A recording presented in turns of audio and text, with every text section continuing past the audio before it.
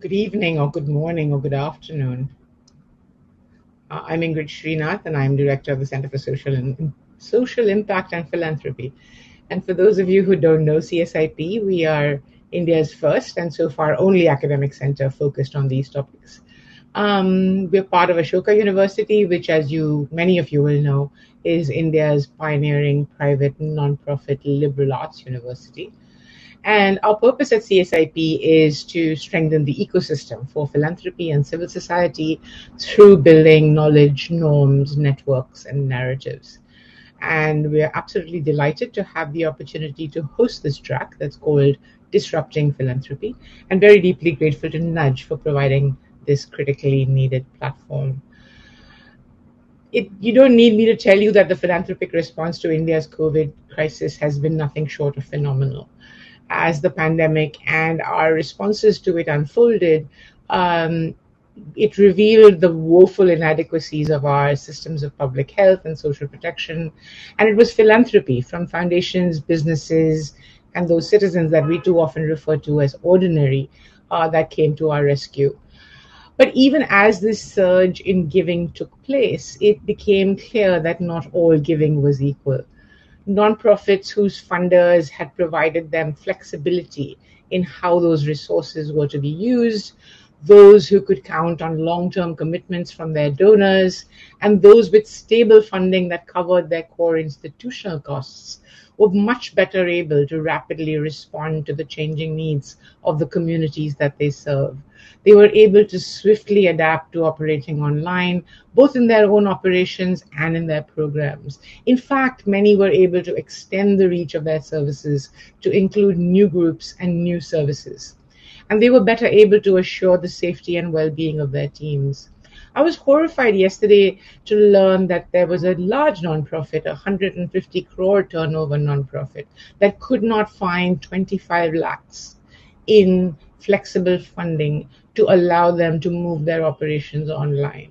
That's how dire the situation was, even for some of India's largest and best known nonprofits. Nor, of course, were all causes equally served by funders. I mean, despite all the data that we've seen that showed spikes in violence against women and girls, increases in child labor, child marriage, and the systematic exclusion of many marginalized communities, donors in the main have focused on the causes that dominated the headlines, in particular the plight of migrant labor and the lack of oxygen. Perhaps they were hindered by the congenital lack of reliable data on philanthropy and the nonprofit sector in India. Who funds what and where? Which nonprofits serve which domain? Where can I find out about this geography and who works there or on this issue? Donors and nonprofits, those of you who were in the thick of it will recall at the beginning of this crisis, literally was scrambling to identify partners, to figure out where they could best address the problem.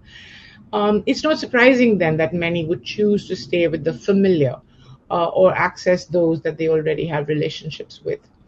In the midst of the pandemic, even as nonprofits were reeling from the surging demand for their services and struggling with the devastation that they were witnessing in their communities, combined with their own losses of family members and colleagues, they were hit, as you know, by a barrage of new regulatory requirements that sent them scrambling to open new bank accounts, get affidavits signed, try to figure out how they would cope with the loss of funding if they had previously received FCRA subgrants, how they would deliver outcomes if they had previously done so in partnership with grantees. And while donors overseas, NGOs in India, UN bodies, and the media all raised their voices to try and remedy this situation, Indian philanthropy, sadly, was largely silent. Another area of concern is that philanthropy in India, unlike in many other countries, has remained through this crisis relatively unmoved by the deep structural inequities that COVID has forced us to notice. Before the images that are seared into our brains of the last 15 months fade completely from public memory, I think we have a narrow window of opportunity to make radical change in areas as diverse as public health, education, labor rights, gender equity, and social protection. Likewise, with our response to the climate crisis, which was so starkly presented to us in this week's IPCC report. Meanwhile, beyond these issues, civil society itself in India, together with the values and the institutions that underpin our democracy, continues to be under siege. A question for philanthropy that philanthropy will need to think about is, will it continue to largely be a spectator to these unfolding existential crises, or will it seize the moment to achieve the big systemic changes that are within our grasp? A few Indian philanthropists have in recent times started to what you might call move upstream to fund capacity building, technology, organization development, and some even further to build the ecosystem of data, of knowledge, of consulting, of academics, of evaluation, of networks and platforms. But the vast majority of funders in India limit their support to funding program delivery.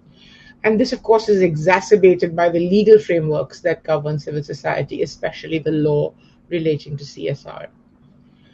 Finally, in many countries around the world, philanthropy has been challenged in recent years to examine itself more closely, from the diversity of their boards and staff, to the way endowments are invested, to the composition of grant-making portfolios and who gets to make those choices, and the explicit and implicit biases in grant-making norms and systems.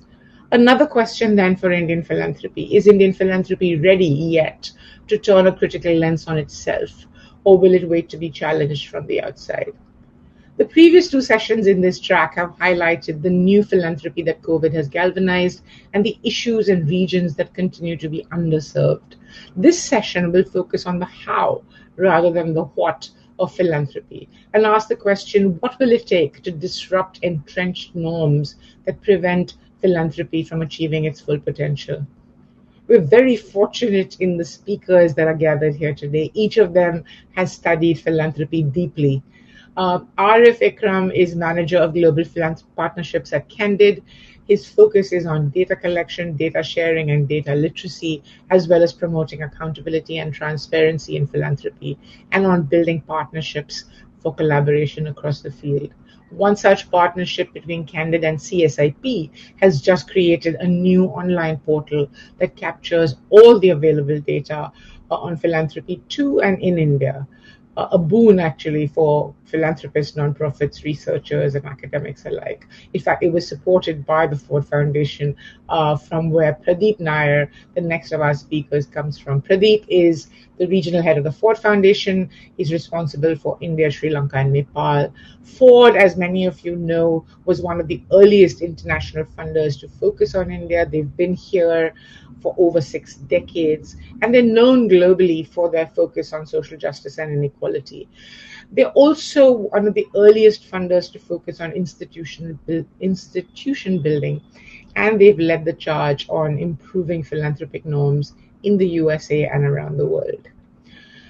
Phil Buchanan is, I've just been joking with him, is the sort of celebrity on our panel. He's president of the Center for Effective Philanthropy. He's a passionate advocate for the importance of philanthropy and the nonprofit sector, focusing in particular on helping donors to maximize their impact. His book, this one, Giving Done Right, Effective Philanthropy and Making Every Dollar Count, is a must read if you work in philanthropy or with philanthropists. If you're a nonprofit, you might be well served by gifting all your donors a copy. And finally, Pritha Venkatachalam is a partner at Bridgespan's Mumbai office. Pritha has advised governments, donors, foundations, multilateral organizations, nonprofits, and the private sector on a very wide range of development challenges. So welcome all. I'm going to start with you, Pritha. Bridgespan has, of course, been very closely engaged with what's happening on the ground with nonprofits and philanthropy through this pandemic. But you've also been working on this initiative that looks at how and why funders need to support all of the costs that it takes to achieve impact. So what can you tell us about that? Thanks so much, Ingrid, and it's a pleasure to be here. I especially like the provocative title of our session, to be disruptive, and I'm going to use that as the cue to really request all funders in this audience and beyond to reframe the funding conversations that you have with your nonprofit partners to hopefully, going forward, pay what it takes. And I'd love to tell you a little bit more about what this is. And the logos that you see on this website are the collective of partners who are coming together to really push this initiative in India. It's not a new concept by any stretch. It's been on for decades, started in the United States to really push the funding envelope to go beyond programmatic funding to total cost funding. And we launched it at the height of the pandemic in India in partnership with the 5 foundations that are on the opening slide here. A.T. Chandra Foundation, the Children's Investment Fund Foundation, Edelgive, Ford, and Omidyar Network India. And together, we are trying to really show the evidence and hopefully change mindsets of funders to contribute not just to programmatic funding, but to overall organizational strengths of nonprofit partners. And over the next few minutes, I'll take you through some of the insights we got from the 7 to 8 months of research we undertook over the 2020 and early 2021 period. So as I mentioned, this is really intended to be a multi-year collaborative initiative. We are really just catalysts or enablers in this process. And even in the last 1 year of the initiative, Pradeep is here and hopefully he'll speak more because Ford Foundation has been at the forefront of this effort, not just in India, but also globally. In addition to the 5 funder partners, over 400 NGOs participated very actively in this initiative to share their costs, both direct and indirect costs, as well as some of their challenges in OD before the pandemic and during the pandemic. And also intermediaries, CSIP, of course, Ingrid's been a great champion of this, and other intermediaries besides Bridgespan like Dasra, Samhita, Satwa, CAP have all been actively supporting this.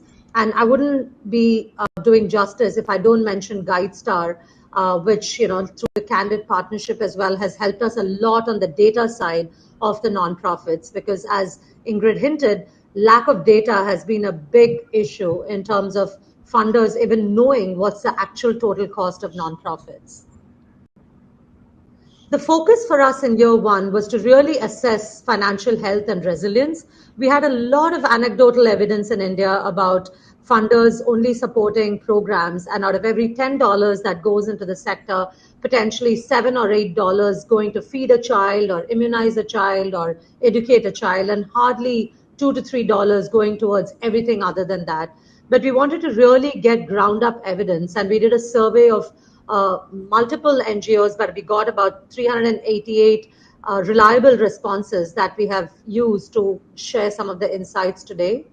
We also looked at the impact on OD, because what everybody told us was that, yes, organizational development helps, but where is the evidence, or what's the return on investment? So we did a detailed financial analysis of about 40 NGOs, going through their P&L and balance sheets to see whether they invest in organizational development and what might be some indicative impact of that investment. And then through 100 plus interviews of NGOs, funders, experts, we also studied funding practices and policies in the country across CSR, bilateral, multilateral, foreign and domestic funders, and helped develop a solution blueprint that is bespoke for India. So this is probably, again, nothing new, but what is probably not as data-based is to show what is the indirect cost rate for the NGO sector in India. And through looking at the 40 NGO balance sheets P&L in great detail, you will notice that the bar graph here really stretches across the spectrum, starting with NGOs which have barely 5% of indirect costs right up to 51%. So similar to the corporate sector, where you cannot have one SG&A, sales, general administration costs for, say, an FMCG, financial service industry or IT sector. Similarly, an NGO's operating archetype, its organization, its mission and communities and populations, and of course the context it works under really underpins the indirect costs. And we found that even across these organizations, the average worked out to about between 19 to 20%. And in each of these buckets of within direct service and advocacy research NGOs, you'll notice that there's a real spectrum of indirect costs. So why really as a country are we specifying whether it's through FCRA or CSR policies to say that no more than X% should go towards indirect costs? Because in effect, you're expecting that other funders are going to cross-subsidize your investment in that nonprofit. So every dollar that any funder does not give towards the total cost that the NGO needs for its impact, you're expecting either the NGO to use other funding to go towards it, or for other funders who actually believe in true cost to cross-subsidize your philanthropic support. So I think this is a very strong message that we would really like to take to the sector at large. We also found that about 70% of the NGOs, and of course the sample size is small, but what was startling is that these 40 NGOs we analyzed were being supported by some of the biggest funders in the country, both CSR, foreign and other domestic funders. So if this subset of 40 NGOs said that 70% of them faced a gap between their actual indirect costs and the amount they could raise through their grants, then we can well imagine the rest of the sector in the country. And we found that in this sample size, there was a shortfall of over 10%. Some reported about 13 to 15%, others about 8 to 9%, but significant percentage differences in terms of their actual costs and what they could fundraise for. Moving on to financial resilience, we found that about 54% of nonprofits, and you will notice the date here to be September 2020, so just at the end of the first wave of the pandemic in India, over half of the NGOs here had less than 3 months operating reserves. And here the sample size was at 388 NGOs, so a very large sample size.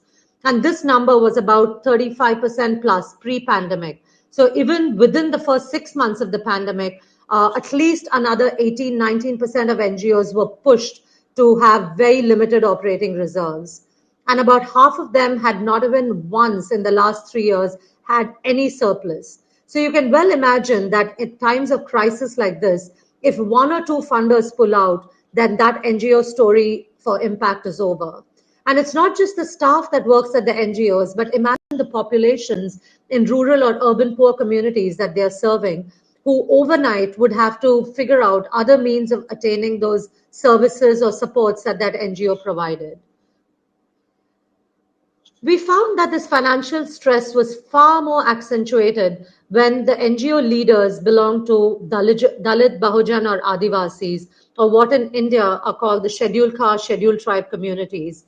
And this was sobering because we are in the midst of, the anti-Black movement. There's so much being talked about structural racism and structural discrimination across the world today. And there was very little data in India to show that caste was yet another dimension where NGO leaders who came from the Dalit, Bahujan, Adivasi communities were facing higher financial distress. So you will notice that 70% of such DBA-led NGOs did not have an operating surplus in the last 3 years, compared to about 54% of other non-DBA led NGOs.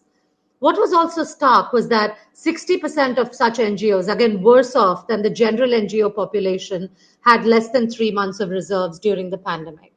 Of course, this is just the tip of the iceberg, and we are hoping that in this multi-year initiative, we will go deeper into researching these inequities and coming up with what course corrections are required. The other startling revelation in terms of inequity, which again was known through intuition, but data showed that both non-metro and rural NGOs again were struggling far more than the average NGO in India, again both in financial resilience as well as getting operating surpluses in the recent years. And given that we looked at a 3-year sample, this was predating the pandemic, not just as a result of COVID.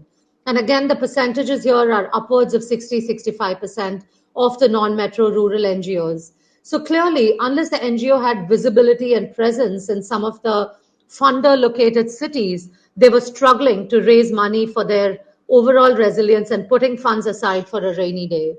So funders really need to disrupt the way they think to increase outreach to some of these NGOs that are facing such large inequities on caste, location, and other multiple identities. In terms of what do you get if you invest in OD, and here data is really hard because it's not possible to show that your return on investment is X%. But with that caveat, we did some directional analysis of the CAGR of annual expenditure over 5 years of about 20 nonprofits that were willing to share this data on our study. And we found that NGOs that invested in organizational development had a 2x growth in their annual expenditure over a 5-year period. And those that invested in OD programs who strategized saying, we want to invest in building our strategic planning, leadership, HR, finance, or technology, such capabilities, were growing much faster, both in terms of their budgets as well as the outputs towards their mission, rather than those that were just being opportunistic or scrambling to get some funds to invest in HR, technology, etc. So again, a very powerful, although directional finding that if an NGO invested beyond programs to strengthen their organizational capacities, they actually grew better and more resilient towards achieving their overall mission. But sadly, despite that data, majority of the NGOs could not achieve this full potential. About 18% of them only said that they could invest adequately in OD. About 88% said that they were struggling to make both time and resources to raise funds for OD.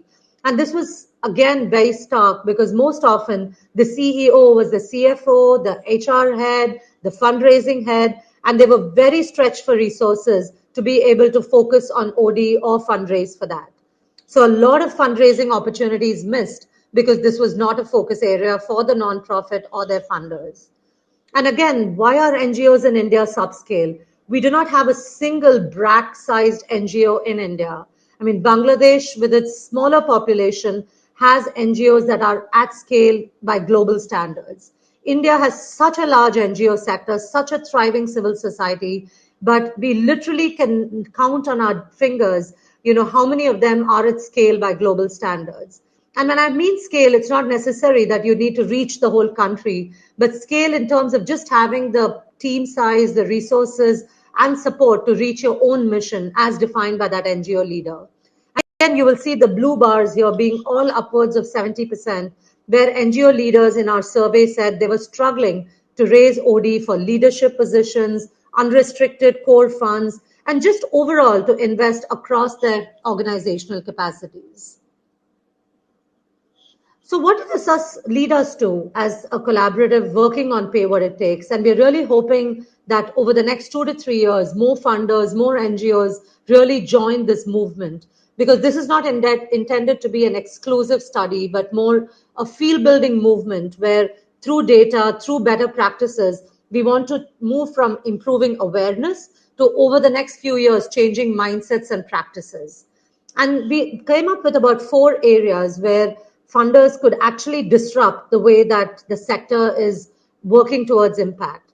The first one towards multi-year funder NGO partnerships. So let's no longer look at this as a principal agent problem, but everybody bringing certain important skills to the table and needing a long-term partnership where the NGO at the end of every year doesn't have to struggle about who's going to fund my next year's cause. And let's go towards closing the indirect cost funding gap. We just saw data that showed again that all NGOs, but particularly those led by DBA leaders, non-metro rural NGOs, were struggling a lot more to close the indirect cost gap. So can funders really focus on providing more support to all of these NGOs? Third, to invest in OD both in terms of finances, but also non-financial support. It was somewhat ironic that when we asked NGO leaders, they said that many of them improved their leadership through sending them for conferences and seminars. And I'm sure everyone who's attending this session knows how little that can contribute towards building leadership and a second line of bench that provides the next generation leadership to the founders of NGOs. So to invest in leadership, we really need much more rigorous financial and non-financial supports from funders. So that's the real third call to action. And finally, of course, helping NGOs build financial reserves, especially where they don't have operating surpluses. So I would urge funders, as part of your due diligence for NGOs, to not just get data on the credibility of the NGOs, the population reach and impact, but also on what's their reserve situation. Do they have funds to cover 6 months, 1 year of costs, should there be a problem? If not, then I would really urge funders, unless there's a regulatory restriction, to support this as well. So I will stop here, but this is a real call to action, and I hope over the next few minutes we would have an enriching discussion from all of the other eminent people on this panel about practices to disrupt philanthropy. Thanks, and back to you, Ingrid. Thank you, Pritha. As you know, a study we did recently on the impact of COVID on nonprofits showed that about 10% of NGOs in India of any size had reserves that would last longer than 12 months. And this study was done before the second wave. So we know the situation is likely to be even more dire now. I'm going to turn now to Arif. Arif, you're the data guy here. One of the things philanthropists say is that the reason they're not funding in remote areas, in fringe causes or causes that are underserved, is because they can't look. How do they discover these organizations? And similarly, nonprofits that work in these areas are. The one question we get asked most often is, how do I gain access to the funders who might be interested in my domain? Can you sort of tell us, how the data can help? Yep. Thank you, Ingrid. And good morning to everybody from New York. As Ingrid said, I'm Arif Akram, Manager of Global Partnerships at Candid, and I'm really honored to be part of this distinguished panel today. So what Ingrid asked is a very complicated question. So it has no single answer, and it will take us probably days and days of conversations to get to the bottom of it. And we definitely don't have days and days. We are gonna be talking about this topic probably the next 10 minutes. So I will try to, touch the surface and answer as many questions as possible. And then look forward to having a lively conversation with you all. So what I'm going to say is probably sound like, is for many of you is like preaching to the choir, because you already know the stuff that I'm going to say, but it's still, let's talk about it, because preaching to the choir actually arms the choir with arguments and elevates the choir's discourse. So please bear with me. So I thought today for our discussion today, it would be interesting to go back and listen to the story that why Foundation Center, which is now Candid. So like our organization used to be called Foundation Center before the merger with GuideStar. So why why Foundation Center was created? The answer is McCarthyism. So what is McCarthyism? And some of you already know about this, but let me just take you through it real quick. So the gentleman that you can see on the screen holding those papers, he is a senator from Wisconsin, Joseph McCarthy, some of say very infamous senator from Wisconsin. And during 1950s, and he was a very powerful guy. And during 1950s, during the time of Cold War, he was sniffing and seeing communism and Russian spies everywhere. And no sector was beyond any doubt, including, philanthropic sector. And he dragged all these people from all these different sectors to his hearings and subpoenaing this person, putting somebody in jail. So it was real scary stuff at the time. And he dragged, philanthropic sector, under his net. And he asked questions like, do you know of any foundations which have deliberately tended to foster communism or to weaken what we like to call Americanism? Ironic, I know, so to some of you, this might even sound familiar in your own context. Yeah, so we had that moment in 1950s. So in one of these hearings, this guy, our friend Russell Leffingwell, was brought to that Senate hearing, and in many hours of conversations, at one point, he said, like, we think that the foundations should have glass pockets. And that is where actually out of that, hearings, the actual transparency movement in the US for foundations began. They all recognize that there is this need for the sector to be more transparent, because without transparency, then there will be always these suspicions, uncalled for, undue suspicions that, came out of those McCarthyism era.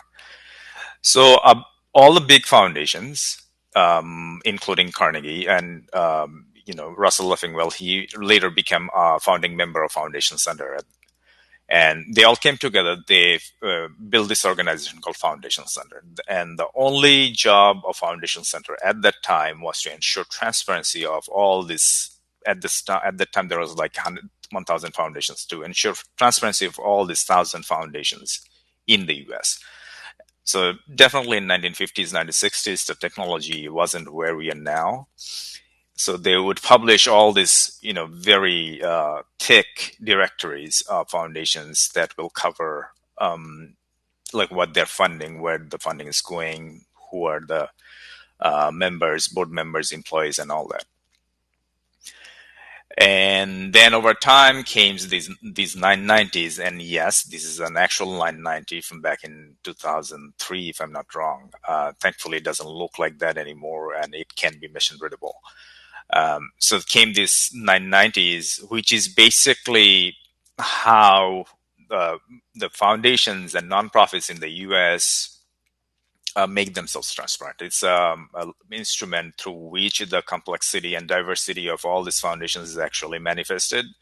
It's a legal requirement. The law, it went through some revisions, but then what we have now is basically the foundation to ensure the transparency of the sector. So it's mandated that if you are to keep your tax exempt status in the US, you must make your all grant making information publicly available. So all the foundations and nonprofits submit this 990 to IRS, Internal Revenue System, and which then become public good, basically publicly available information.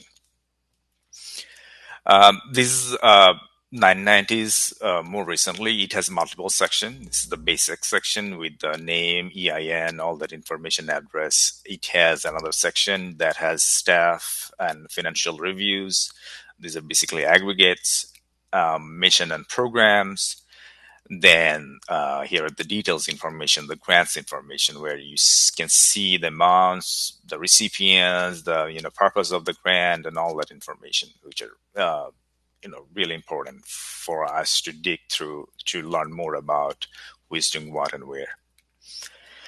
So that brings us to the sort of the primary question: why transparency matters.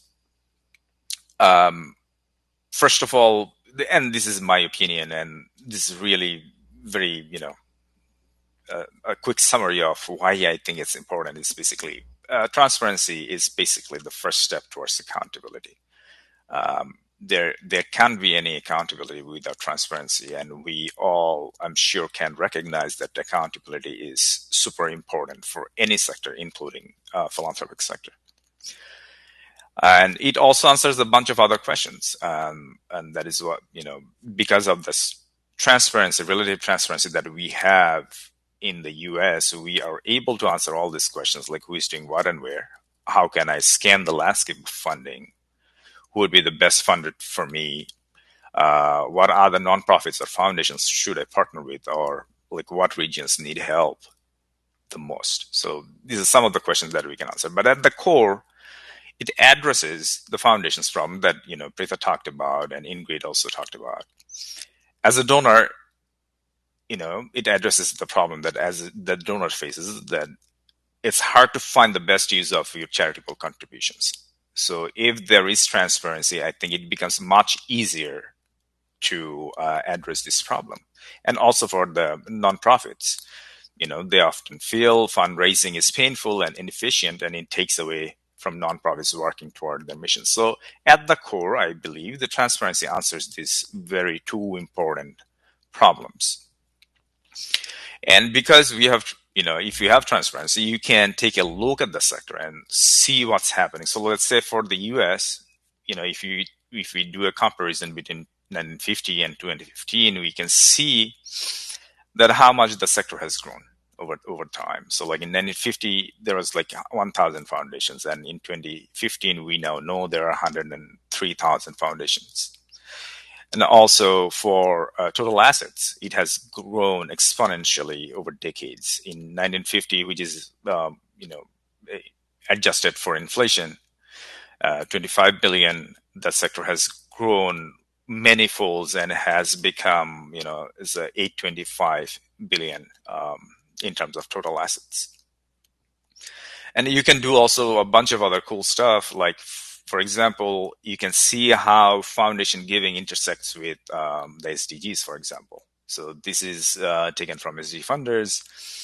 You can see that how foundation contribution fall into different SDG categories. For example, you can see foundations are most interested in education and health, SDG 4 and 3 respectively.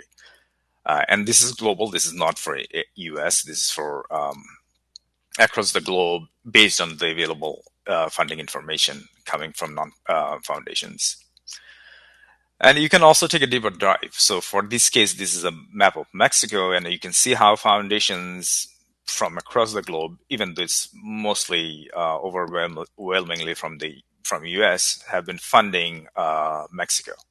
So we know of over 54,000 foundations who have granted about $4.6 billion over the years to this country. And this is possible for any country as long as the data is available, the transparency is available, transparency is there. So how could this look in an Indian context? So you probably know that, and Ingrid also talked about a little earlier, that we have in conjunction with our partner Ford Foundations and CSIP, that put together this portal, Philanthropy in India, and we have gathered all the available information that is available on India's philanthropy. So that includes grants coming from outside to India and what is available without India. We have tapped into the databases that are available due to FCRA and CSR regulations. But what it lacks tremendously is the contribution from Indian foundations. We have very limited knowledge of what's happening, what the Indian foundations are funding, the Indian foundations within India are funding. So like we have very limited information. So that's the reason we can't confidently say that this is the entire picture. So this is based on what we know, but we believe we are, set up for success because of all these initiatives, all these conversations that we are having, and over time it will become, more data will become available, and we'll be able to say more about the sector. More transparency will be ensured. But there is this huge opportunity, and especially the pandemic, it's a wake-up call for all of us to become more transparent, because it helps us to make the sector so much more efficient. There was this session a few weeks back about Northeast, what's happening in Northeast. I know some of you reached out to me to learn what's happening, and it's publicly available. You can go to the portal, which is basically india.candid.org, and take a look at it yourself. But there's very limited data available. So let me reiterate this point one more time. This is really important for all of us to share what we know about the data. The reason I started with our own example in the US is because I wanted to present it as a case study that what is possible when we become transparent. Yes, there are hurdles. There could be some unwanted attention from other stakeholders, but eventually it works out for the entire sector. But we just need to get started. So I think I will stop at that, and we can talk about more about this when the Q&A session begins. Thank you, Over to Arif. you, Ingrid. Thank you, Arif. If I can turn to you now, Pradeep. If I had to sort of construct a dream funder, right? I mean, I would be looking for someone that funds social justice, that funds at the margins, that it provides flexible funding, that covers institutional costs, that is a long-term partner, that helps to strengthen the ecosystem and not just, funding individual organizations. Ford would probably be the first name that came to my mind. In fact, I'm actually recalling a time too many years ago when an organization that I worked with, is called Cry, was approaching Ford for a grant to fund what was then our first website. And we asked for a sum of money for over a 2-year period. And our program officer at Ford said, you're going to need twice that much, and you're going to need it for 3 years before they sanctioned that grant. So what can you, as someone that represents Ford here in the region, say to other funders about what are the benefits of operating the way you do? You're on mute, Pradeep. You're still on mute. Yeah, no, I'm sorry. I wasn't. Yeah, no, I said there's always someone who's got to do that. Thank you for joining us at this ungodly hour. No, that's okay. I was going to say there's always someone who's got to speak on mute, right? It's great to, attend this session again and be with all of you, all of whom I know on this panel, which is really nice. So I don't know where to start, Ingrid, because, all of us in this panel, I think, kind of know the answers to some of the questions you asked, the specific questions you asked. But, I'm going to attempt anyway to both share some experiences and also, I guess, my own observations, building on what everyone before me, Arif and you and Preeta, spoke about. And I am going to be candid here when I say this. I think, obviously it took us a while to get here, right? As a foundation, I think we got to be honest. We've had maybe a lead on many other foundations. We've, like you said, been around for 7 decades. And, I think one of the things that I've been involved in the last few years, which has given me a lot of pleasure, is when either new funders, especially in India, or existing funders have come and said, hey, can we just sit down and look at your history and how you evolved and got here, to maybe learn something from that and apply to it. And not necessarily do the exact same thing, because I think that would be foolish, but then innovate and disrupt, like you say, right? Because I think if you look at organizations like ours, and there are several others also, but mostly international, you would see that we all went through a journey that got us here, right? And each of us have landed at a spot where we think we're the most effective, right? So whether it's a and I'm talking only about international foundations and those that I know well. So whether it's Rockefeller or Omidyar or Dell or us, I think each of us have kind of found our sweet spot, right? Based on years and decades of experiences ourselves.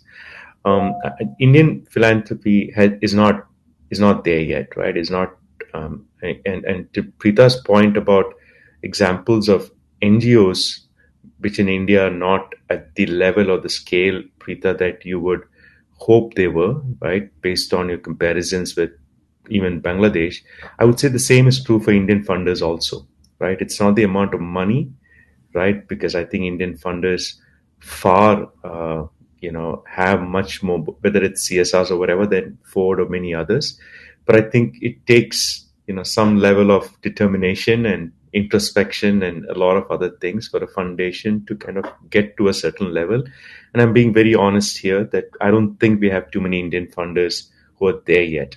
And that leads to some of the challenges that we're seeing, right? I think Indian funders, for whatever reasons, and I'm not saying it's a bad thing. So whatever, just a reflection, like I said, on what I've, observed, Indian funders, for whatever reason, it's, and this in a way, I think is what makes the cycle go round and round. Giving in India still largely is based on gut feel and personal interests, and I'm talking even for large organizations, right, on what I feel and what a few of us at the management think, and so on and so forth. And maybe it has helped and served up to this point, but I think especially the last few years has made us realize that's not the future for Indian philanthropy. It has not been in for the US organizations. I mean, US organizations, whether it's Rockefeller, Ford, or many others, have nothing to do with the people whose names we are based out of, and we have fiercely been independent organizations for a very long time now, right? Just like most corporates, and Indian philanthropy is not there yet, right? We don't have any, I think, large Indian philanthropies who kind of have that same kind of structure, which in turn I think gives you that flexibility, and that maybe some, I think, I dare say, freedom to do things very, very disruptively, or to tear the book, like you say, and innovate, right? Because there is advantage to being very independent, being able to chart your own future and destiny, because you can fail, you can succeed, but at least you only blame yourself and then keep doing it all over again, right? And I think we're not there yet in Indian philanthropy, and you all know this as much as I do. And what that leads to is many of the challenges and problems that all of you, especially Preeta, laid out, right? So if we talk about capacity building, organizational development, all of us know it's the right thing to do. I don't think, like Arif said, we're preaching to the choir. Everyone knows it's the right thing to do. We do it in every other sector. When VCs fund startups, they never tell the startups all the money needs to go only for product development. They tell them, in fact, go and get the best office, hire the best people, do whatever it takes, because you got to take care of yourselves before you focus on products. Everyone knows that's how companies grow.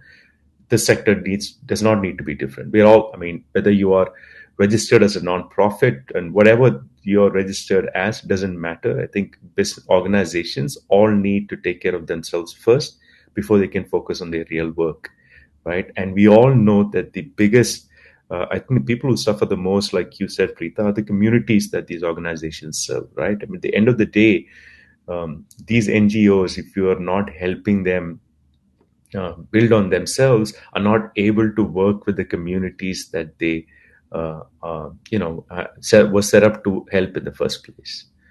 But I want to now, I mean, so I spoke about funders for a bit now. I want to turn to the NGOs and the organizations that actually do work on the ground.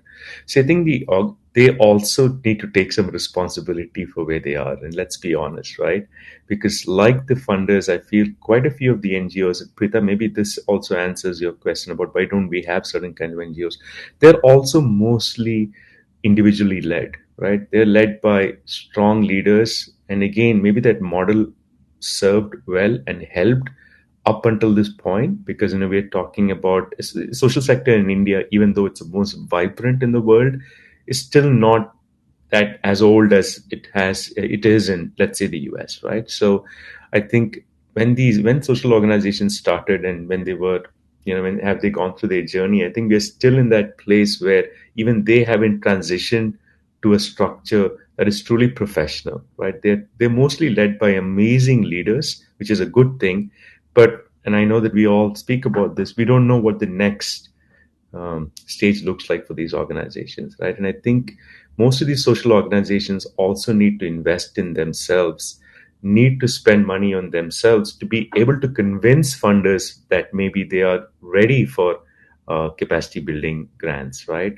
One of the challenges that we have, even though we do a lot of these capacity building grants, believe it or not, is we cannot find enough social organizations that can absorb capacity building grants, right? Absorb. I mean, I don't mean to say that we cannot find enough organizations that do work, because there are more than enough organizations. But to absorb capacity building grants, they need to be able to absorb it, right? They need to know what they can do with it. And you won't believe the number of organizations that we have supported also, who comes to us at the end of the, or almost towards the end of the grant term, and say, we're not being able to spend the money. Can you extend it for a few years? Can you extend it for whatever? And it keeps going on, and we realize that's probably because the organizations themselves haven't thought through this process and are not structured to be able to receive capacity building grants themselves. And it's not as easy as saying, okay, we understand this, and this is where we're going to spend the money, now give us the money. It's much more complicated than that, right? You got to go through a process, and they're not there yet. So I would say for the NGOs also got to take some responsibility, whether it's training, whether it's investing in, more people or whatever. Another area that I feel which is confusing for us, and this goes to Arif's point about there is enough data, but there is not enough data also on India. Sadly enough, and I think no one really in India cares for it as much as maybe in the US about the lack of data or data existing. Because like I said, both from a funder's perspective, as well as a social organization and NGO's perspective, that doesn't seem to be the primary focus at all. And I think it's a reflection of both there is no demand for it and there's no supply of it. And somehow I think everyone is fine and comfortable with that. We need to move that. That's not how philanthropy as a sector can progress in India. We need data. Funders need to ask for more data. And like I said, partly it's because, to my earlier point, funders in India are not structured in a way that they think that they need to rely on data. But similarly, I think NGOs need to then, on the ground, need to focus on producing enough data that can be then sent back. Neither of this is happening. And it's not happening, and it doesn't seem to be as much of a concern for the sector here like you would think it would be, right? I hear, like, even in our associations with these grants, ironically, almost all these requests have been Arif, when Bruce initially came and said, let's do this when Brad, initially came and said, let's do this. For India, it is ironic that it's an organization that's based all the way in New York that is concerned about generating data for India. We don't see enough of that happening in India. I don't know why that's not happening, but that's the truth. Another area that I think NGOs, where I think can step up, is there's not enough collaboration that happens. We talk about collaborations amongst funders, right? It is happening. It's maybe there is still a lot of room for improvement there. And we know why these collaborations are important, especially, and I'm talking about between funders, especially with the new FCRA rules and amendments. It makes strategic sense that that certain international funders focus on certain things, and that Indian funders focus on certain other things, because there's certain things you can and cannot do, right? But it's surprising that that's happening on one end, but that at the NGO level there isn't as much collaboration as you would like, right? Especially, I think, when you look at it from a funder's perspective, or even from a community's perspective, right? Let's talk about communities that all of us are hoping to help. So, Preeta, your example of, whether it's a scheduled caste or tribes, let's say we're talking about communities in Jharkhand that are really wanting help. From their perspective also, they're sometimes pretty confused that there are 20 NGOs reaching out to them saying, we all want to help you, with very, very similar kinds, according to the communities, very similar kind of proposals of this is what we'll do for you, this is what we'll do for you. So forget funders. I think if I was a community and I have like 20 or 40 different organizations come to me at different days of the week, different weeks of the month, and saying we'll help you, I'm pretty confused on what's going on. And most probably each of these NGOs are in turn demanding or requesting certain certain protocols and process from these communities, which takes a lot of time and effort, right? Because these people must be thinking at the end of the day, I just want to be helped. What's all this work that I've got to do, especially with 40 or 50 different NGOs? So and that is where I think, and I'm not even putting my funder hat on, I'm just talking about as a citizen of the country, it's pretty confusing. And, I think one of the things that I would really personally like to see happening in the region, given that we have so many wonderful NGOs, and I realize that there is a need for those very, very different NGOs just because of the complexity that our region presents. But I still believe that collaborations amongst the social organizations can and should be happening to a much greater extent than it is today. And maybe it's time that, again, those of us working in the sector demand those kind of collaborations, right? Demand that organizations that are working on the ground speak with each other. You don't have to be best of friends in the way you do your work, but you have to share your work sitting across the table, see what is it that you can, collaborate, pool your resources. And we try to do that within our group, at least our group of grantees and partners. We try to bring them together.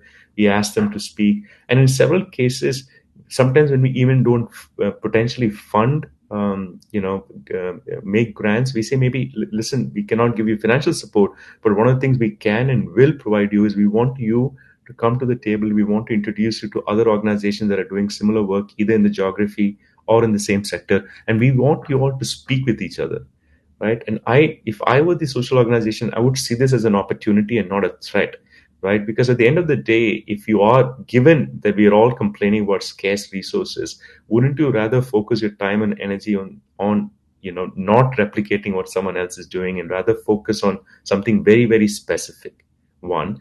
And secondly, if you do collaborate and you're able to solve the problem, isn't that a good thing, right? Isn't that, if you're actually able to, that's what all of us want, right? All of us, I think, whether you're a funder, whether you're an intermediary, whether you're a service provider, whether you're the community, all of us want poverty to be fixed. All of us want injustice, violence against women to end, and so on and so forth.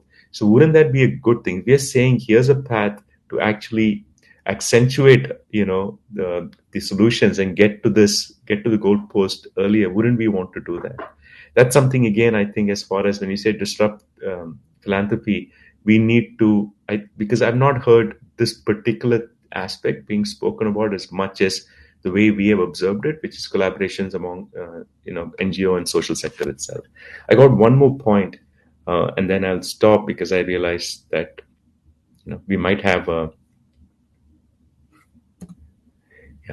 and I think the last thing that I want to say is that coming back to data, there is sometimes I think there's this concern that if you do make data available, even people who shouldn't be having access to that data, or who could use it against the social sector, might actually benefit more from actually. So basically, I guess the argument is, would it maybe lead to more harm than good if we have data on who does what in India, right? I've heard this often. And I honestly don't think so. I think more data can only help, right? Yes, short-term thinking might make you believe that being transparent or sharing data is bad. But I think in any cases, any specific examples, or any even sector-specific examples, and based on all of our experiences, I think we know that, forget about long term, even mid-term, eventually sharing data is going to benefit in everyone. Yes, initially you might feel a little challenged when data is available, either about yourself or about the sector, that says who does what, where. But I think when you put data out there, it has a way of magically, I think over a period of time, and that period of time, like I said, need not be long term, it can be mid-term. it has a way of magically actually benefiting the society more than actually harming, and even the individuals and all the actors in it like us. So I just, and this again is based on our personal experiences more than anything else, of decades of being very transparent, sharing data. We share everything with all of our partners or with anyone who asks, and it has only helped us more than anything else. And whether we're talking about governments or anyone else, I think that you might be concerned with access to this data. I think, in fact, disclosing and being transparent is always better than not sharing data and doing things in privacy and isolation. Thank you. Thanks, Pradeep. I'm actually reminded of something. I don't know how many of you know the blogger Wu Lei out of Seattle, who runs this blog called Nonprofit AF.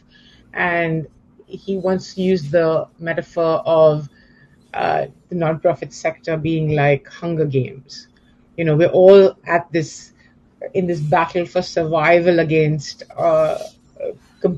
forced into this competition to the death for survival by the way the sector is funded. And then this, of course, makes it absolutely impossible for anyone to set aside their competitive impulses and collaborate. And he paints the alternative scenario as Star Trek, where we can all boldly go where no one has been before, because there's Starfleet behind you that's taking care of technology and training and data and all the rest of it. But thank you, Pradeep. Turning now to you, Phil. How has COVID changed philanthropic norms in the US? Are those changes going to stick? What can we here learn from? How can we sort of benefit from that learning and not have to go down that learning curve here in India? How can we skip a few steps in evolving down this path in India? Thanks, Ingrid, and thanks for having me here. I mean, let me start off by saying that there is so much unbelievably great and heroic work that's being done by nonprofit organizations supported by philanthropy. And I think it's right and good that we're all focused on how things can be better. But I also want to root, my comments in the reality, and your really excellent recent report from CSIP, Ingrid, documents the ways in which nonprofits have responded amid unbelievable challenges, simultaneous increase in demand and decrease in revenue, and the sort of agility and adaptation and vital work that has gone on, work that isn't being done often, by government or business, as you alluded to at the beginning. So I want to make sure we focus on, the good, because there's so much of it, even as we also say, look, there are some norms, some of which I think are shifting more quickly because of COVID, to your question, that I'd really like to see change. And I'll just talk about four of them briefly. The first norm, which I think is the root of a lot of problems in philanthropy, is the notion that giving is somehow analogous to investing, and nonprofits should all operate like business, whatever that even means. Does that mean the dry cleaner or Volkswagen or Enron or Apple? It's a meaningless phrase, and it leads to all kinds of problems and missteps. Similarly, if you try to do your philanthropy as if you are an investor, that'll lead you down some problematic paths, including the search for a simplistic universal measure, an analog to ROI, by which I can compare the organization working on climate change to the organization working on education. It's just not like that, and we need to embrace the complexity and difference.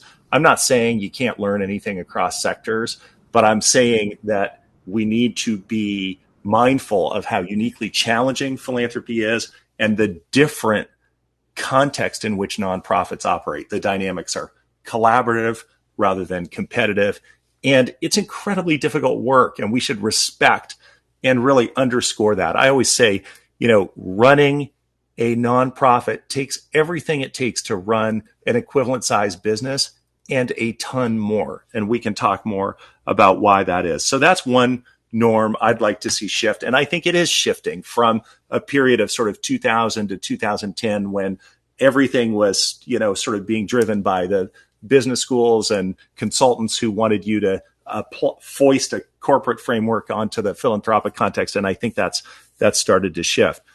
Related norm that I'd like to see shift is that, and I think is shifting, and I do think that the recent crisis has accelerated this, is that strategy is to be defined by the donor, that the donor or the foundation has the strategy and everybody else executes. So this sort of top-down, disconnected approach where folks come up with something that seems like it makes sense in a conference room, but is totally disconnected from the people that you intend to help or those who are closest to them. So in the book that you kindly mentioned, Ingrid, Giving Done Right, I talk about one example that's illustrative of this from Bill and Melinda Gates, who've done much great work, and the Gates Foundation is a client of CEP's, and I think they've done a lot of great work in global health, but they've also had some stumbles, one of which was when Bill Gates said that he believed that the best way out of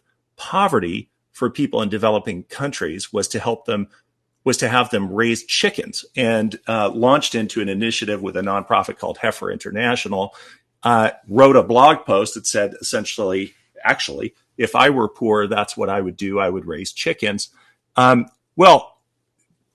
of the intended beneficiaries in countries said, we don't want your chickens. And the director of, or the finance minister of Bolivia, which rejected the gift, said, who does he think we are? Some backward people living 500 years ago.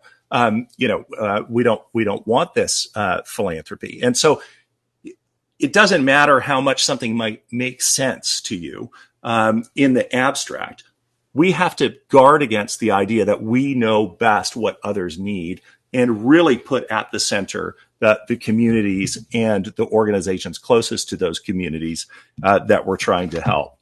A third, and I think also, again, related norm, and something that Preetha spoke to, is this notion that we have to restrict and track every dollar, right? We want to support the food pantry that's serving the hungry, but we only want our money to go for the broccoli and the potatoes and the meat, not the rent for the space that's needed to serve that food, not the staff who need to coordinate the legions of volunteers who do that work. This makes no sense whatsoever, right? So especially when we see organizations whose goals overlap with ours as a donor, we should fund them to be strong as organizations. Infrastructure, and really everybody has touched on this, all the other great panelists, is not waste. We need strong institutions. And I would broaden that out to say we need a strong sector. And so we need to support infrastructure as has been alluded to, including the development of data that Pradeep and Arif talked about, and support for organizations like the Center for Social Impact and Philanthropy, which is really doing very high quality research to try to educate donors. And we need to invest in that, because all the resources for being good at philanthropy are not going to be found in the Harvard Business Review, right? We need resources that are tied to this particular set of challenges. The fourth and final norm that I'd like to see go away is essentially not learning from what has worked. So, to be honest and respectfully, I don't love the notion of disruption when it implies that, as I think it sometimes does, that everything is broken. In fact, there is much we can learn from that has worked. And yet we see new donors so often coming in and saying, well, we have an entirely new approach and we're reinventing philanthropy. And I'm applying what I learned in this area or that area, and it's going to be magical. And it never is. You always see the predictable stumbles, the need to realize, boy, this is much harder than I thought it was.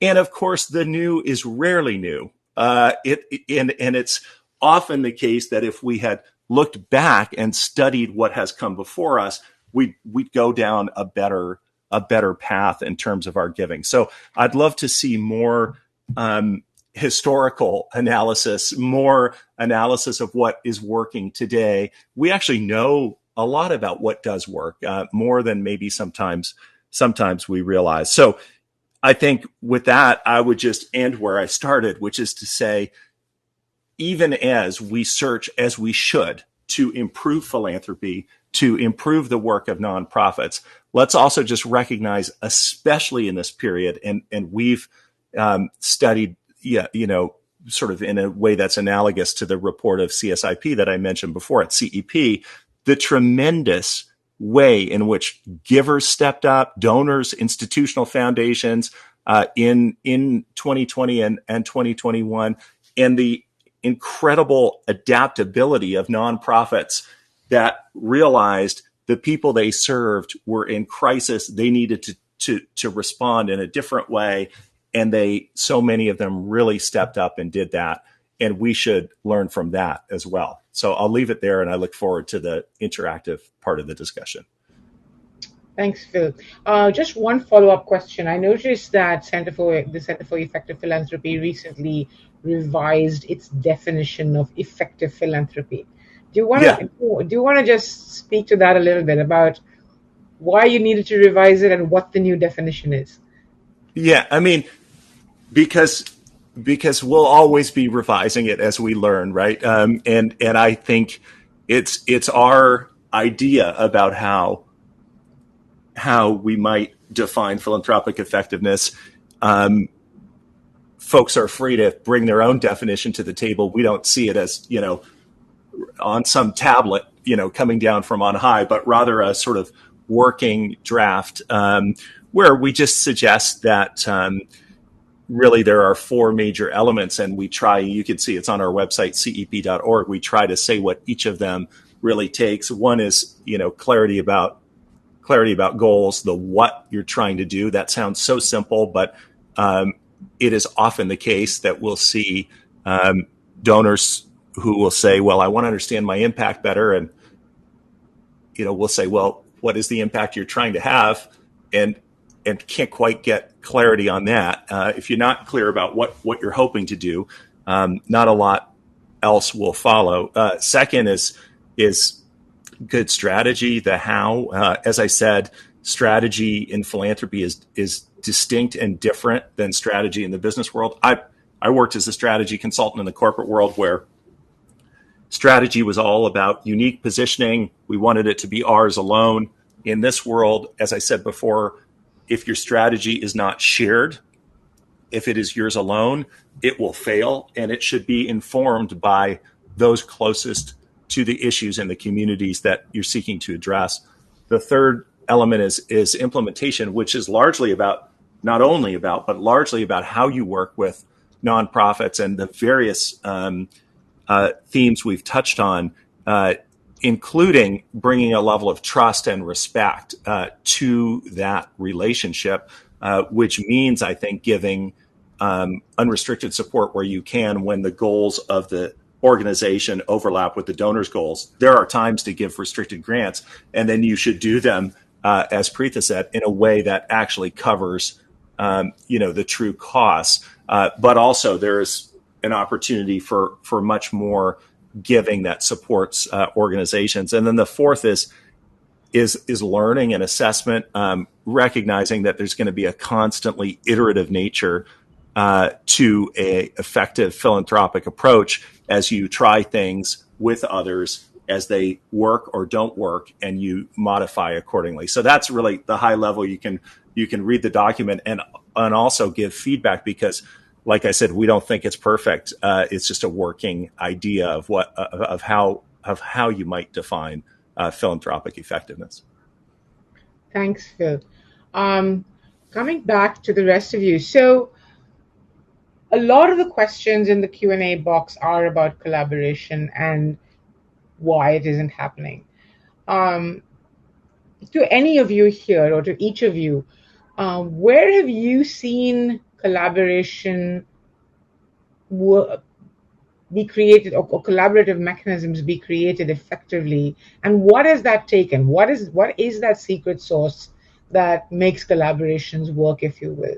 I mean, one of the upsides of this pandemic has actually been people's recognition of the value of collaboration. I think everyone looked at just the sheer scale of what we were dealing with and realized that nobody was going to be able to go it alone on this.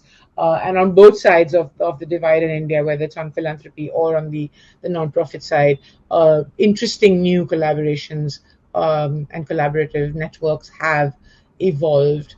So anyone, Pradeep, Prita, Arif, what does it take to make collaboration work? Or even what is it that prevents collaboration from happening?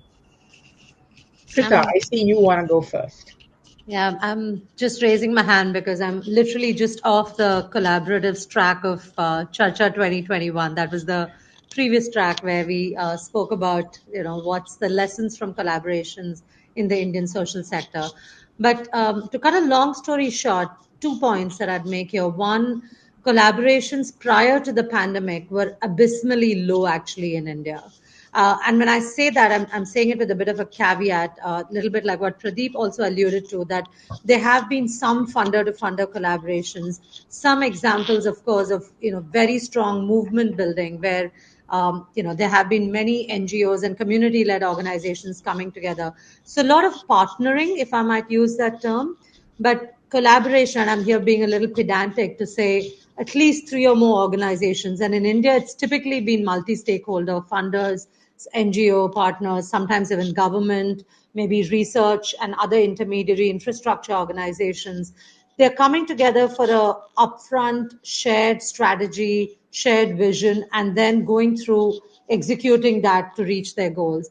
And if I look at collaboration from that more slightly formalized structure, when we did a collaborative study in 2019, we could barely find about 13 to 15 collaboratives in India that had tested and stayed the course.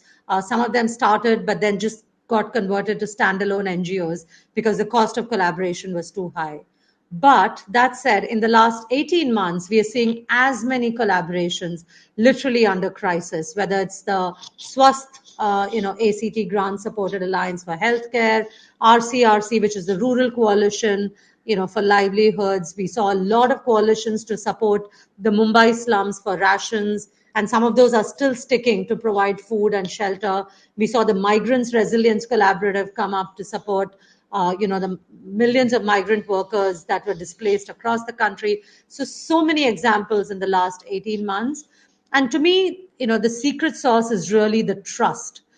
Is there a trust deficit, or is there a trust in the bank, so to speak, across these stakeholders? Because this does require giving up of control. It does require setting aside ego and personal and individual organizational agendas. Of course, those are not subservient totally, because each of the organizations need to have the passion and commitment to stay the course. But if any individual or organizational priority supersedes that of the collaborative, then I see that, actually buckle under. Because then there are fundamental fissures that apply where, the collaborative is unable to hold together and push collectively towards the common purpose. So really, collaborators that have succeeded have done explicit formalized work on set in place mechanisms to build trust through governance that is shared, through multiple strategy sessions to share, learn, course correct, through communication or over communicate, literally verbally through meetings, etc. So multiple mechanisms to build that trust and nurture it, so that even if 1 or 2 organizations feel they're in the backseat, they're still energized enough to be a part of that collaborative. Thanks, Pritha. Anyone else? Pradeep, Phil, Arif, do you want to speak to this question of how we can Yeah. make collaboration work? I can share some experiences, I Please. guess, like Preeta, of what's worked, and what I have observed. I think, and adding to what Phil said, I think what's unique about this sector, one of the many unique things about this particular sector is that everyone working in the sector, I think, what defines the sector is that we put someone else or something else before us, right? All of us here are, again, going back to what I'd said earlier, are in the sector because we really want to help communities, right? Individuals and communities address some social issues. I've seen that some of the collaborations that's really worked well is when that particular when we remind ourselves that it is about the community and it's about this particular group of people defined by whatever characteristics or features. And if we can kind of start from there and then build on everyone who's working around that particular issue or community, then automatically I think organizations kind of get drawn to that. A case in point, all the examples that Preeta used are very specific to a specific community, whether it's women, violence against women, whether it's the health sector. So when there was a very specific, here's the community, here's what needs to be done, and then let's build on it. I think in those cases, it's easier for organizations to be drawn to it and say, hey, wait a minute, we're doing something similar. We'd also like to be a part of this conversation in whatever way, right? It doesn't need to always be money, as we clearly know. So I think those have been very powerful, I think, in helping set up collaboratives. Now, I don't know how you take that and break it down and say, well, this is what it means if you want to do it in all the other sectors. Because but maybe there is something to be learned there, right? That the fact that when it's very specific, again, focus on a very specific community, and then you kind of build outwards, right? Then the collaborations are easier rather than starting with organizations and saying, hey, let's find something to do together, right? I think that thing doesn't work, which maybe is sometimes when we attempt to do that, it doesn't really work, right? And I'm saying that even as a funder, if I just say to another foundation, say, hey, let's just find something to do together, it doesn't usually work that way, right? It's a good conversation to have with someone, but it doesn't work. But when it's very specific and then builds outwards, I think it really works. And the second thing is, let's be very honest. It is resource intensive, right? Collaborating, it takes a lot of effort. Again, it's not as easy as saying, sign me up, I'll be a part of this. It requires investment of your time doing something that maybe you had not accounted for in your responsibilities as an individual or as an organization, right? You got to share stuff, you got to prepare stuff now to share with someone else. That takes time. You got to maybe have an individual or individuals in your organization be responsible for managing this relationship, and so on and so forth, right? New things get produced, manage, more meetings to attend, and all of that. So this is resource intensive. So I think organizations that already are complaining, and rightly so, that they're starving for resources, sometimes this becomes a real practical challenge for them to collaborate, even if they want to, right? And I think so we need to think of creative ways of, maybe as a funder, maybe as an intermediary or whatever. I think we need to think about the practicality of making collaborations also happen. And I know as an organization have internally allocated resources, and said that certain individuals or some responsibilities of existing individuals would be or should be put aside to collaborations, right? Similarly, I think we need to look at this really, because I think none of us here are disputing that collaboration is a bad idea, right? Like Phil said, I think I think this sector, there is no competition, or I'd like to believe there's no competition. It's all about working together. So I think since we have all accepted that, maybe it's time to also see that I guess what I'm trying to say is that I don't think that it's a lack of intent or it's a lack of knowledge or awareness that's preventing collaborations. I think it's practicality. It's the real issue of not having resources, whether it's time or money, that's preventing this. So you're just not able to dedicate time to it. So I would say that's the second thing. So again, first is to see if we can it can be starting with the communities and lead out, kind of build outwards. And the second is really sitting down and trying to see how we can address and factor for lack of resources. Thanks, Pradeep. Phil, Arif, do you want to speak to this at all? Only thing I would say, I mean, I think I agree. I think that purpose, has to come first, and collaboration is not an end in itself, right? But often is crucial if you put purpose first. And Ann Wallisted, who runs BoardSource in the United States, has a great article I highly recommend in the sometime in March in Stanford Social Innovation Review about purpose-driven boards.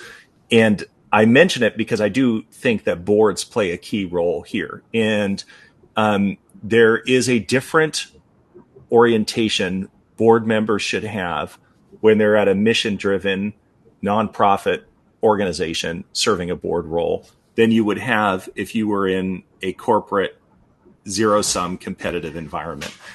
The questions that you ask are different. And it isn't just about the entity or the entity's reputation. It is actually about progress on the important goals. So I think we need to talk also about the board's role in sometimes defaulting to a form of governance that makes everything about the organization and loses sight of the purpose. Thanks. Yeah, just wanted to quickly add to that. Yeah, so since you said I'm the data guy, so let me give you some context from data point of view, like what we are seeing. So we have been seeing from data standpoint that some loose collaborations sometimes is driven by the funders. So by that I mean, let me give you an example. So we know about this Geneva-based foundation who has funded a collaboration of nonprofits in Delhi to address the horror that we have seen about the lack of oxygen. So what in this case happened is they were receiving a ton of requests for grants from India-based nonprofits, and they kind of, facilitated that collaboration. So that is something that we haven't seen usually, but have seen now because of this, as a response to this crisis. So that is something that's an example of within the sector. But what else we're seeing is like the inter-sector collaborations. Private sector is coming and partnering up with philanthropic sector. Government is stepping in. So that is something we don't usually see very often, but that's what we've been seeing, to some extent lately. So those are a few trends that we've been watching. Thanks, Arif. If I can just add my 2 cents here, I think one of the ingredients that's critical is to actually have an independent convening body. Having run Civicus, I can say that, a lot of what holds the glue that holds that alliance together is not necessarily shared purpose, is not necessarily, definitely not funder driven, but just the fact that there's an independent entity that can play the role of honest broker, where they don't have a dog in the fight and they have no, they're not a competitor in any sense of the word. And which in a sense brings me to my next question, which is, the contrast between, and it's not an accident that 3 of you, 4 of you in fact are with US headquartered organizations. The contrast between the development of what you might call the ecosystem for philanthropy and civil society in the US, where some might argue it's overdeveloped, as compared to India, where we don't have one functioning association of foundations or one functioning association of NGOs. What is the difference? What is it that makes philanthropy in the US invest in organizations like Candid, organizations like the Center for Effective Philanthropy, organizations like the National Council of Nonprofits or Independent Sector, or the National Council for Responsive Philanthropy?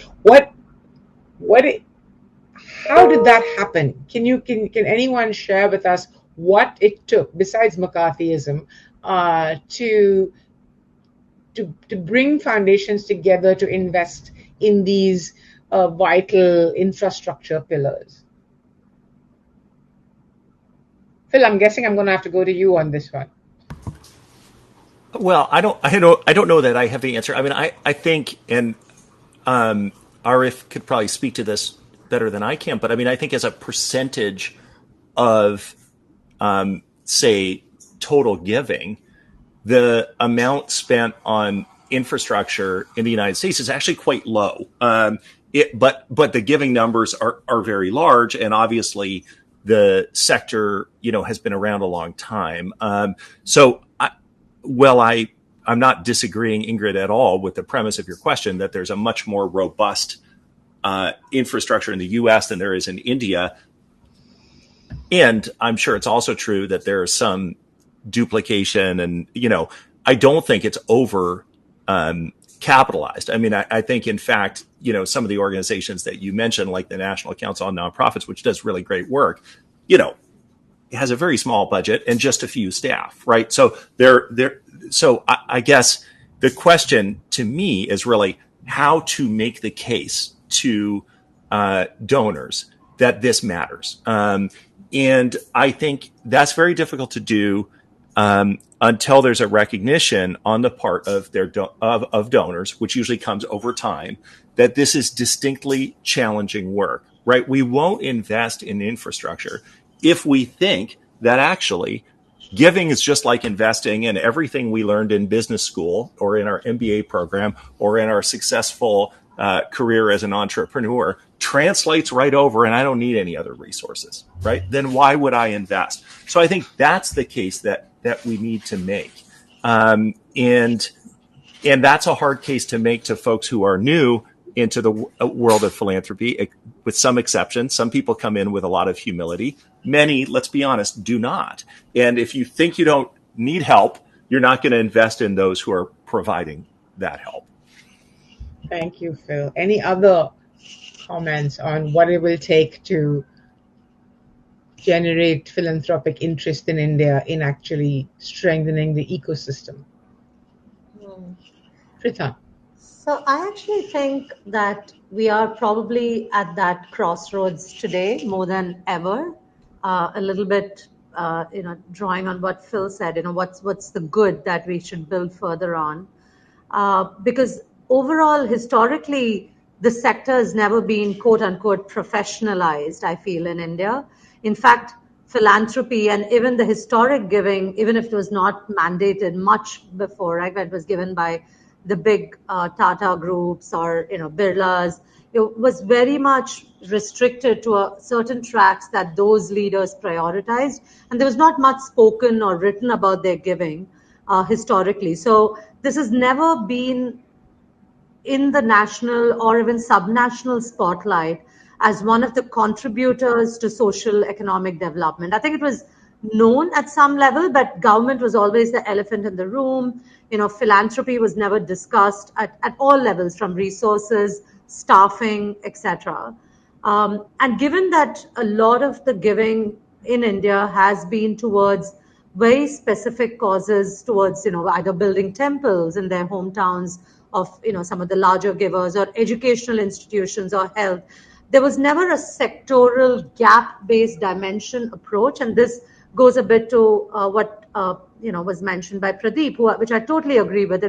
It's still today, and definitely historically, a lot more by what the heart says or what the instinct says, as opposed to a combination of the head and the heart, or using data-driven insights to say, in nutrition, this is the percentage gap towards malnutrition.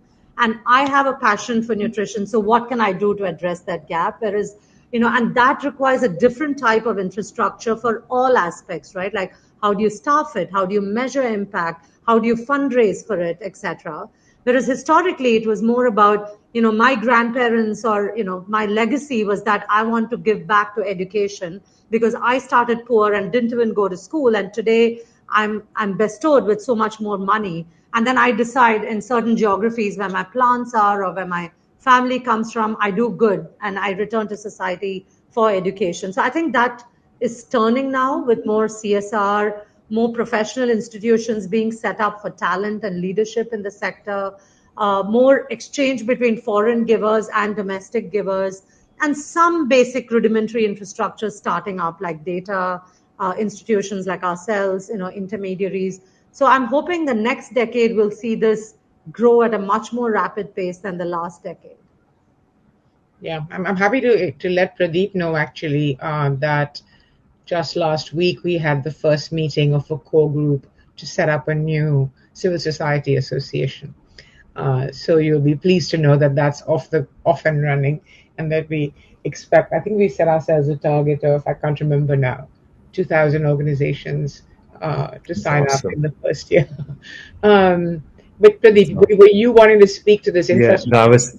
no, and on a light note, I was going to say, because since you compared the US, on a light note, I was going to say, if you believe Giridharas, then, you would, according to him, giving in US is not as kosher as you would like to believe. And he thinks most of it is just basically because of tax benefits and selfish motives and so on and so forth. So I think just to put things in Reputation perspective, laundering.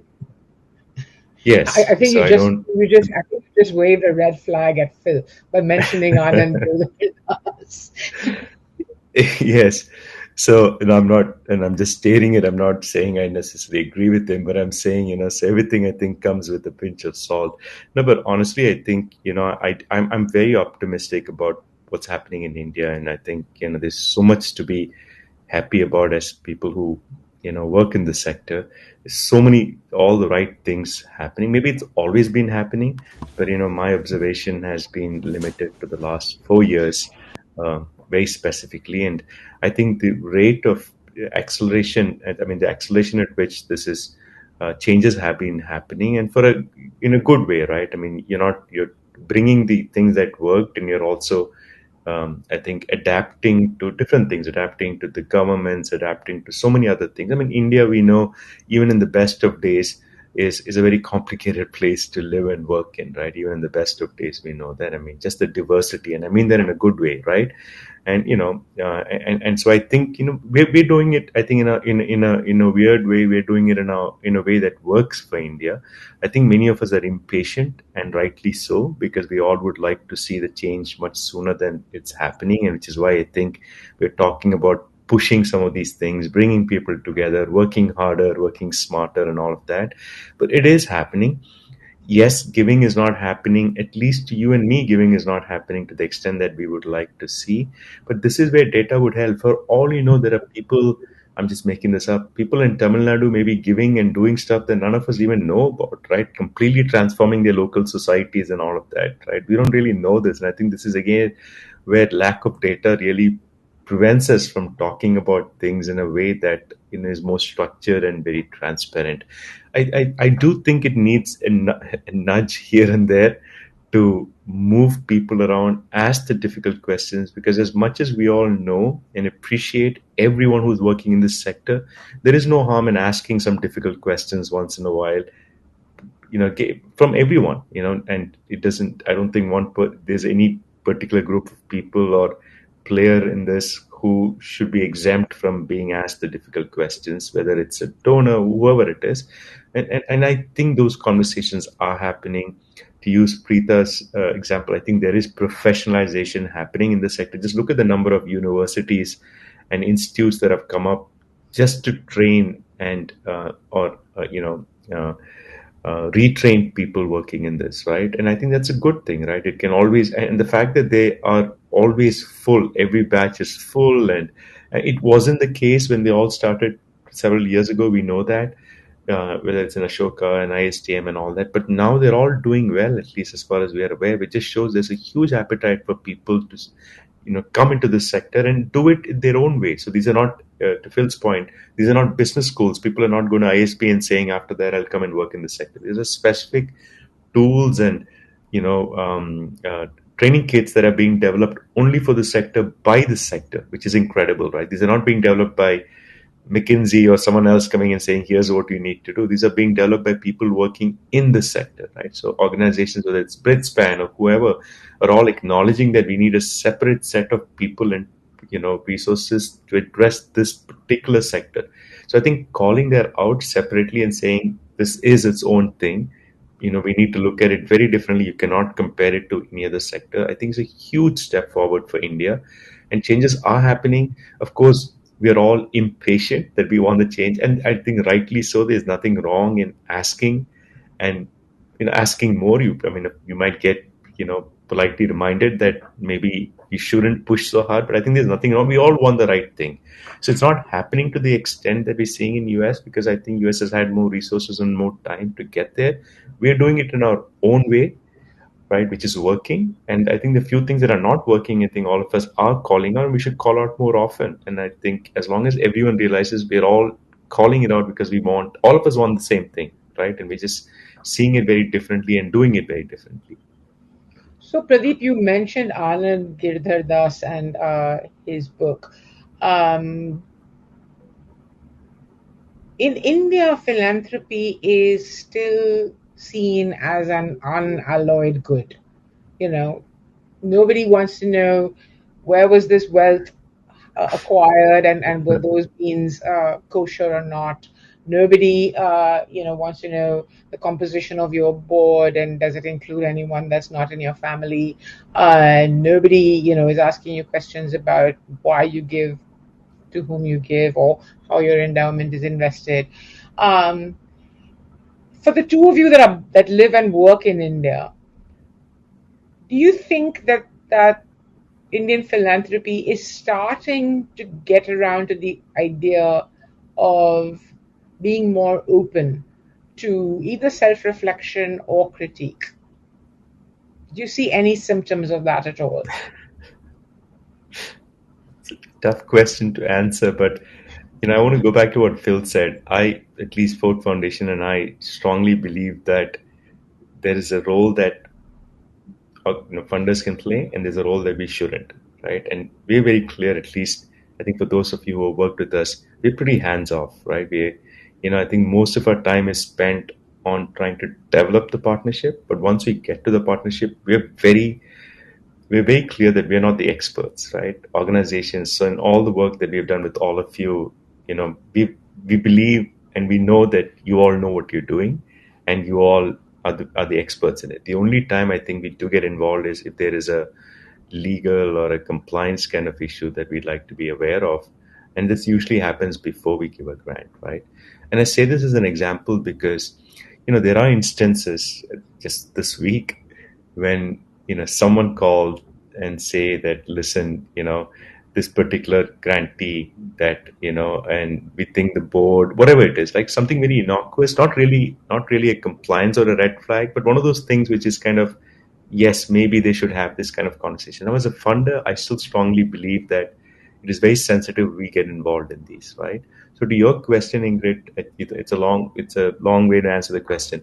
I do think in India we need some of that happening, right? I'm not saying we need it because there are horrible things happening within organizations and all that. Hopefully not. But that doesn't mean we shouldn't have some checks and balances, right? Because I to some extent, there are some things that Anand has written about, which I do agree, right? We do need checks and balances, right? Because even though we say everyone has good intentions and the right intentions, God forbid, just one rotten apple, right, that comes along and spoils the entire reputation of the sector, right? And we are a sector that's made of glass, as you know, right? I mean, more than any other sector, this sector is made of glass, and it takes very little to break the reputation that, look, even in this last 2 years, the wonderful work that all of us have done, right, especially Indian organizations have done in COVID. God forbid, one small incident is all it requires to come and break all that reputation and all that work, right? Which is why I think we do need the checks and balances.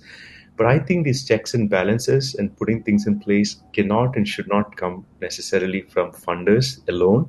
I think it should come, it should definitely come from the communities, but maybe given that the communities might not have the force, the power or the knowledge to ask this is where, to your previous point, Ingrid, maybe you have those independent, those, you were talking about structures that you need for collaboration, right? Those independent, you said no dog in the fight kind of organizations, and maybe that is exactly the role that these kind of organizations play in the country. They're clearly saying that We don't have any vested interest in this, but we think it's important that these kind of things are published and made. In Arif, like Arif said, in US at least they have the 990, which kind of at least makes a lot of things transparent, right? In India, we don't have anything equivalent, and God forbid, I'm not suggesting something like that, but I'm saying something very different and useful for India, where you do ask. It could be organizations like yours, Ingrid, that kind of publish reports on an annual basis that talks about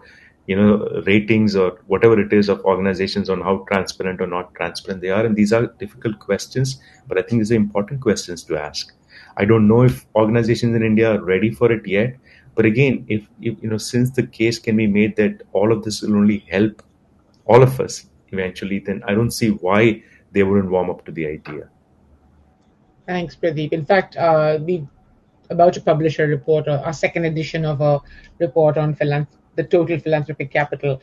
And this year, one of the things we've included is a quick review of foundation websites to rate them for what information they do publish.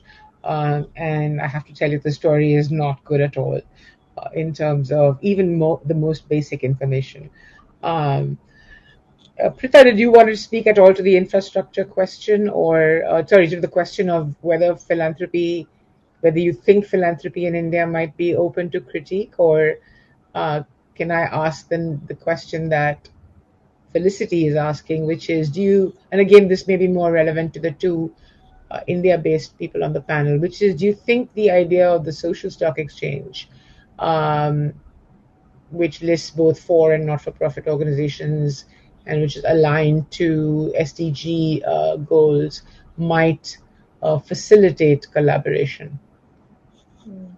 I think I'll probably leave the social stock exchange question to you, Ingrid, given you've probably been breathing and living it, being on the committee until a few months ago. But I'll pick up the earlier question on philanthropy and accountability. And I'm actually quite heartened to hear about your upcoming report on looking at different philanthropies websites. But we often hear of the need for a credit rating like agency for NGOs, right? But you barely, if not never, hear about anything that looks at funders. So, Pradeep, maybe again, Ford might be, at the leading edge here to even start such a discourse, right, of whether it's a rating or some kind of reflective mechanism. And I would really throw out two ideas that I think is catching up, but not at all fast enough in India. One, a community scorecard. Like I've been working deeply in tribal health over the last 2 years, and looking at practices across countries, both in the global north and south. And Africa has actually tried this model very successfully. We were speaking to Joy Fumafi, who retired from the World Health Organization, World Bank, and has spearheaded a balanced scorecard to hear back from communities whether funders, multilaterals, government are meeting their needs. And, that's really the mirror turned on to you, right? And I think more funders need to institutionalize that as opposed to just looking at program evaluations, which at times touch communities, but just as one spoke in the wheel. But if you're really in service of improving social outcomes, that's, I think, critical. And the second thing that, again, we don't see enough of is our grantee surveys, or, now it's fashionable to not call them grantees, but NGO partners. But if they're truly partners, then do they actually have a seat at the table, the decision table? And I think that's a question that every funder in India should ask themselves. But going back to where this started, Anand Girjadas and winners take all, I must say that, fortunately or unfortunately, we are not in that kind of a society yet in India where the democracy rubric is strong enough to provide those robust institutions that can act as, other vital checks and balances. And in fact, one might argue that many of those are being eroded today as we speak. So we actually don't have this symptom of winners take all at all in the country. I think we have other symptomatic issues of greater accountability. But unless, we have those strong, trusted institutions that can take care of these interests, I think philanthropy, even if the money is only a drop in the ocean, will play a huge role in informing government models, pushing in areas where, public services are missing, etc. So I do think a lot of what's in the book is India is not yet there, But the accountability point, I think, is definitely something we should imbibe, both from, as I mentioned, communities and NGO partners. So Can Phil, I this can I might just be pick up on your what cue because Preeti? yeah, I was just saying you've just done the first grantee perception survey for an Indian philanthropic organization. So is that a sign of good things to come in terms of philanthropists seeking um, more external feedback? Yeah, I think so. We've actually done a couple, and thanks to Bridgespan for actually pointing folks our way.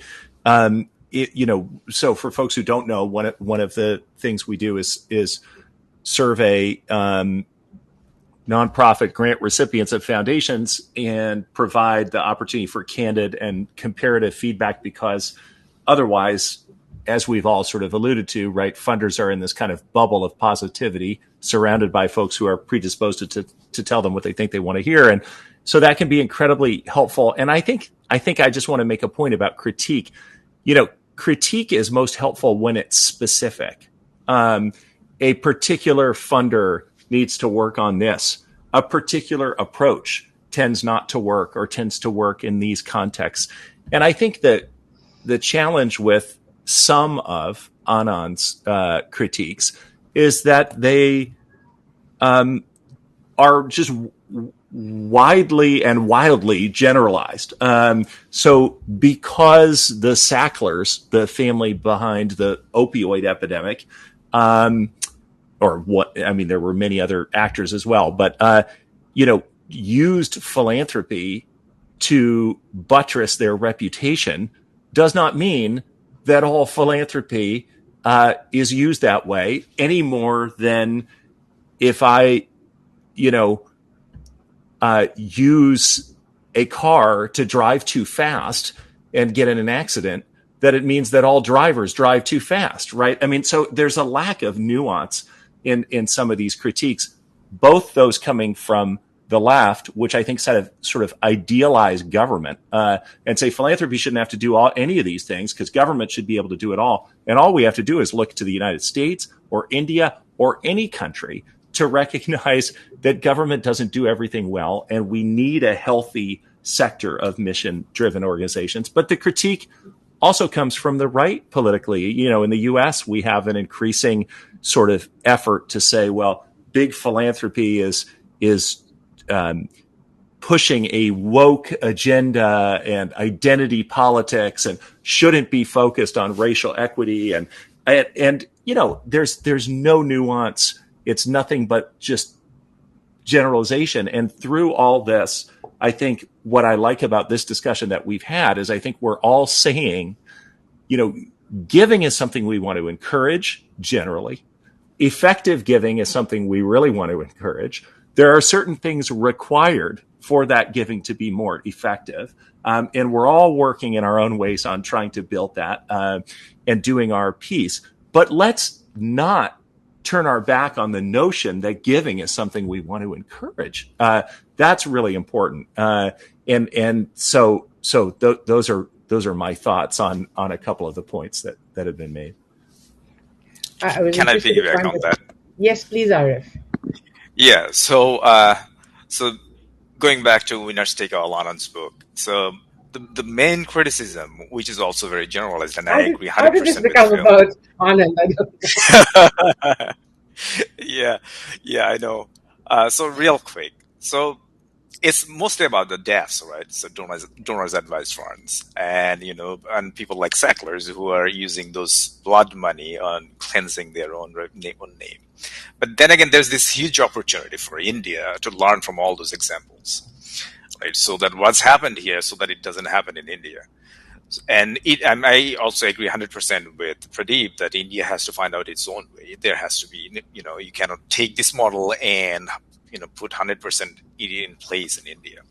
So there is all those opportunities that those are present from all standpoint, from data standpoint, from all non-other standpoint. And another thing that when we talk about data, that we very often talk about all this financial data, but there is this huge swath of non-financial data that which we often forget, that all these lessons learned that can be shared with the sector. We can start from there. The financial data is so sensitive, in given the Indian context. So let's start from all those non-financial, and then probably we can move on to those financial realms at some more ideal point of time.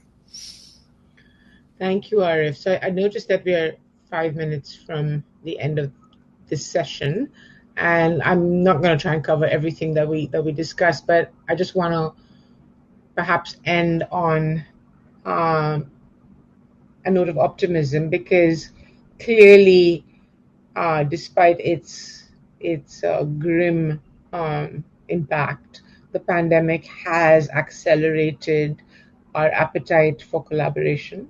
It has accelerated. There's some chinks of light in terms of philanthropists seeking critique, whether it's through grantee perception surveys or the study that the Azim Premji Foundation did on the pitfalls and hazards, or pitfalls and opportunities of big philanthropy, which is trying to get ahead of the curve on where the critique for big philanthropy might come from. There's a new philanthropic association in the form of Accelerate Indian Philanthropy. I just mentioned a new nonprofit association. There's the Social Stock Exchange to look forward to, and perhaps see what that has to bring. And I think most importantly, when we look at the mountain we have to collectively climb, in terms of, we were already lagging on, for example, our accomplishment of this SDGs. But thanks to the pandemic, we now find ourselves, having regressed maybe a decade on those goals. And I think perhaps there is in that challenge, in the enormity of that challenge, an opportunity for us to actually build the collaborative mechanisms, the infrastructure, the transparency norms, and the grant-making norms that will actually make those goals a reality. Thank you, Pradeep, Pritha, Phil, and Arif. Thank you to everyone who participated. Thank you to Nudge for hosting this amazing platform. Bye-bye. Enjoy the rest of your weekend, and see you at our last session of this track, which will be tomorrow, where we will discuss how technology is disrupting philanthropy. Thank you. Thank you, Ingrid. Thanks, everyone. Thanks. You. Bye. Bye.